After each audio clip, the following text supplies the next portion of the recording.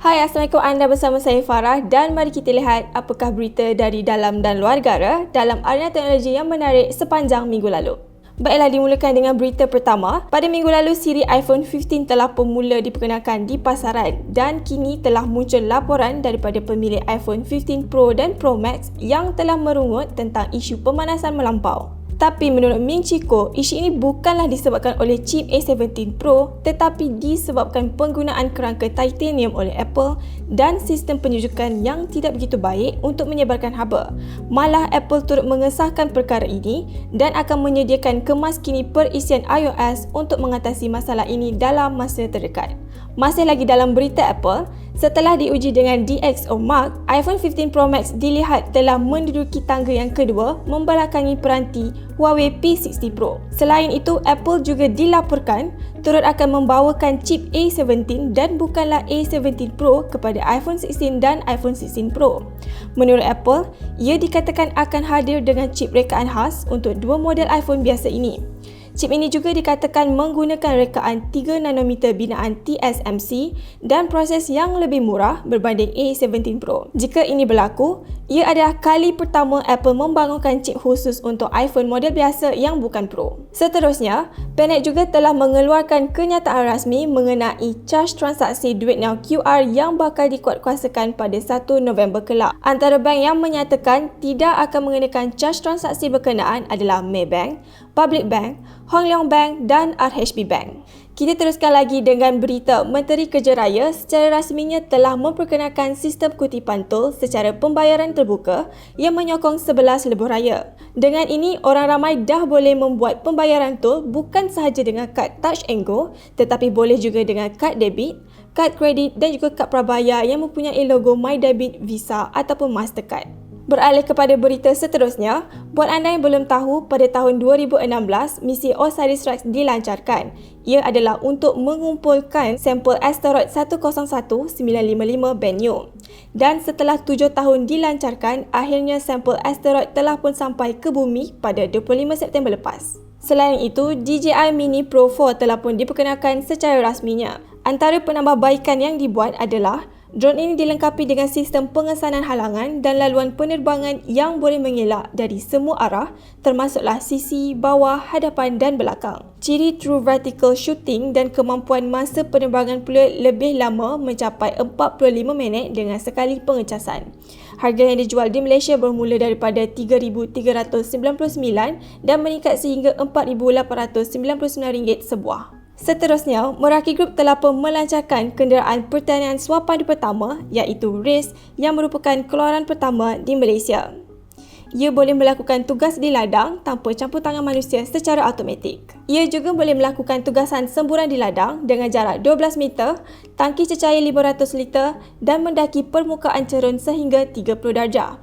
Menurut Meraki lagi, ciri lain pada RACE ialah kawalan mobiliti dengan kecerdasan buatan AI, penghantaran data masa nyata jarak jauh dan pengesanan cahaya dan sistem lidar.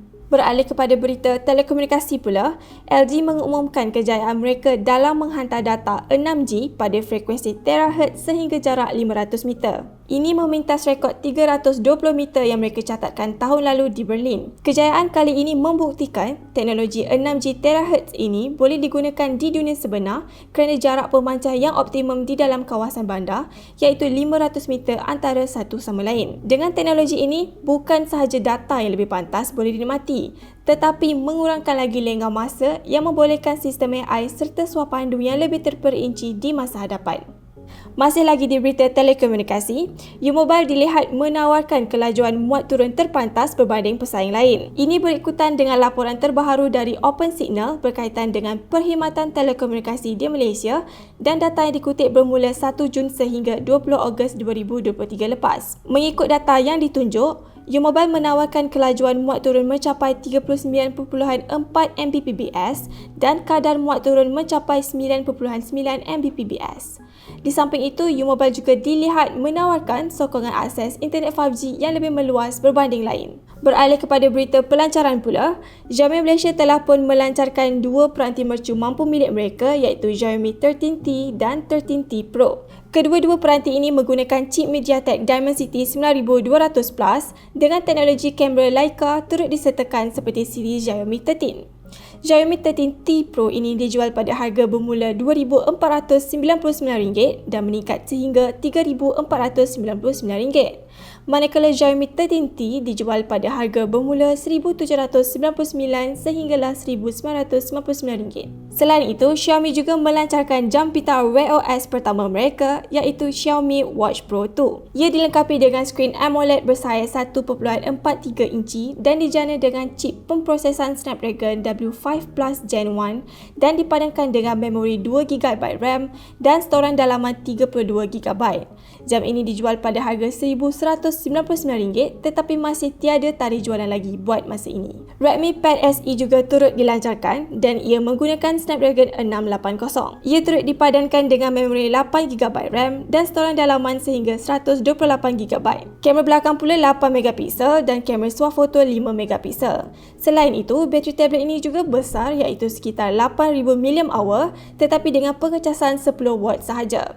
Ditawarkan pada harga RM799 sebuah dan boleh dibeli bermula 7 Oktober.